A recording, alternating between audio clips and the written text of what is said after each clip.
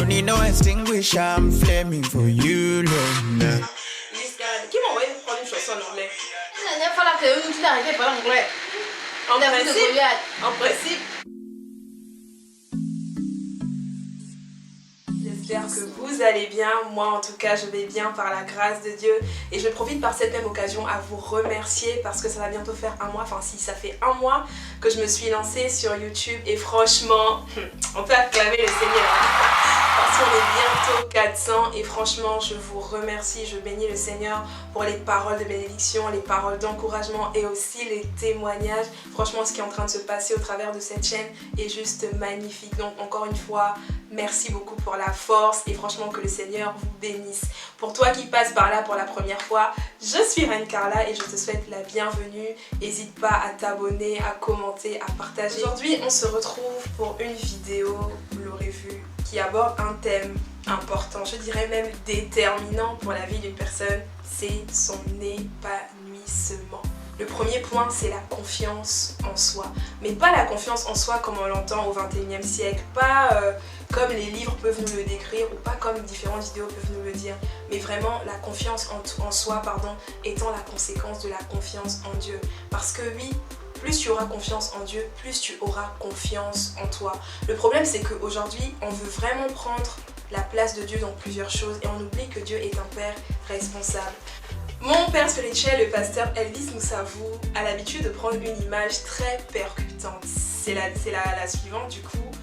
Un enfant dans une maison ne s'occupe pas de comment est-ce que les parents vont financer ses études, ne s'occupe pas de comment est-ce que les parents vont payer les factures, de comment est-ce que les parents vont payer à manger en fait. Et c'est la même attitude que nous devons garder vis-à-vis de Dieu. C'est-à-dire qu'on doit prendre conscience que Dieu est un Père responsable. Et la parole de Dieu nous dit que ne vous inquiétez de rien, mais en toute chose, faites connaître vos besoins par des prières et des supplications. Le problème, c'est qu'aujourd'hui, on s'inquiète en fait avant de faire ces prières-là. Or, s'inquiéter est un fruit de l'orgueil en fait. Et la parole de Dieu dira que l'orgueil précède la chute tout simplement. Et si on s'inquiète, ça veut dire qu'on se trouve limité. Alors que si tu mets toute ta confiance en Dieu, en vérité, tout ce dont tu as besoin, nous dit la parole de Dieu, te sera donné. Parce que oui, cherchez premièrement le royaume et la justice de Dieu et toutes ces choses vous seront données par-dessus. Tout ça en faisant quoi? En cherchant juste le royaume de Dieu. Et chercher le royaume de Dieu, c'est quoi? C'est passer du temps dans sa présence et ça fera l'objet du coup de mon deuxième point.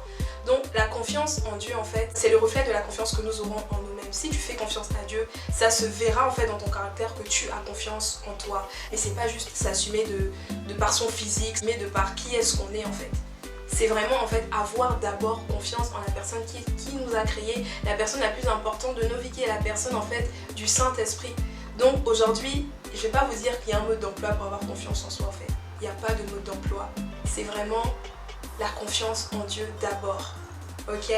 Et je vous disais que le deuxième point, c'est la relation en fait avec Dieu, passer du temps dans sa présence. Parce que plus en fait on passera du temps dans sa présence, plus on le contemplera, plus on sera transformé en la même image. C'est un Dieu en fait qu'on peut appeler confiance.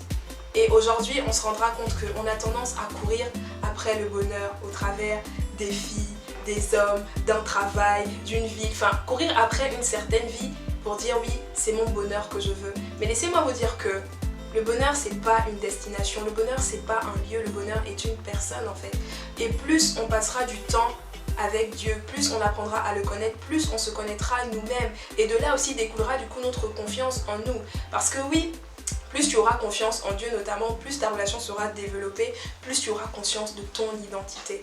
Et aujourd'hui, on connaît des personnes qui n'ont pas forcément confiance en elles parce qu'elles ne savent pas ce qu'elles valent, elles ne savent pas quelle est leur... Elles ne connaissent pas tout simplement leur identité et notre identité nous est révélée dans un lieu bien précis, dans la présence de Dieu. Voilà pourquoi la relation avec Dieu est déterminante pour ton épanouissement personnel. Et toi qui ne le connais pas encore, c'est le moment en fait de... Si tu veux vraiment apprendre à te connaître, c'est le moment de te rapprocher de lui afin qu'il te révèle en fait ce qu'il a prévu pour toi. La parole de Dieu dit qu'il a formé sur nous des projets de paix et non de malheur en fait.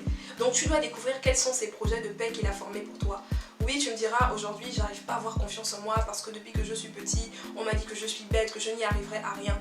Mais laisse-moi te dire que ces paroles, comparées à ce que la parole dit de toi, n'est rien. Parce que oui, la foi vient de ce qu'on entend et ce qu'on entend nous vient de là. parole de Dieu en fait. Et donc ta foi doit venir de ce que la parole de Dieu dit de toi. Ta confiance en toi doit venir de ce que la parole de Dieu dit de toi. Et non pas de ce que les hommes en fait sont en train de dire sur toi. Parce que oui, les hommes auront tendance pas forcément à tous nous aimer. Parce que oui, c'est comme ça. Il y a des personnes chez qui on va faire l'unanimité et d'autres non. Donc il faut en fait apprendre à vivre avec ça. Et surtout, toujours à regarder comment est-ce que la parole en fait de Dieu me voit. Et ne pas nous-mêmes en fait nous minimiser. Parce que des fois on perd confiance en nous.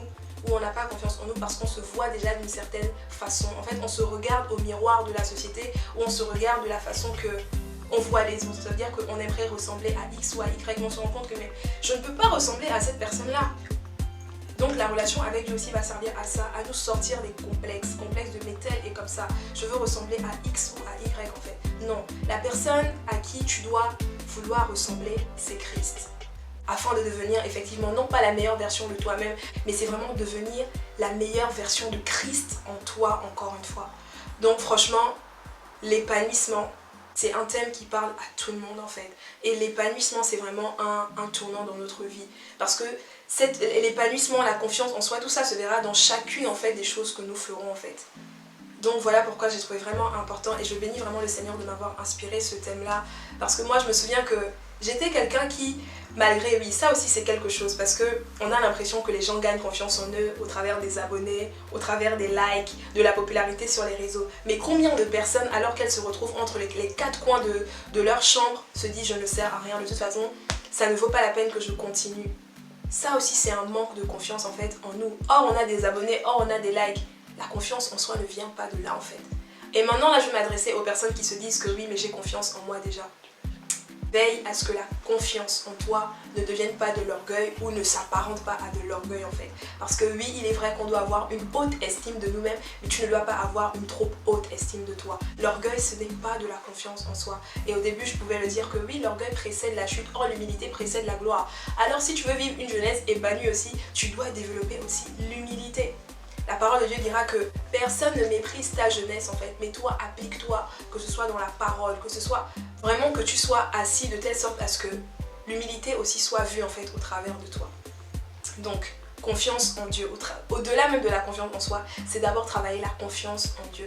Plus tu auras confiance en Dieu, plus tu auras conscience de ton identité, de ta valeur en fait sur cette terre. Parce que la parole de Dieu dira que la création attend avec un ardent désir la révélation de toi, Marie, qui me regarde. La création attend la révélation de chacun d'entre nous en fait. Et si on n'apprend pas à avoir confiance en Dieu et avoir confiance en nous, on n'arrivera pas en fait à impacter cette génération.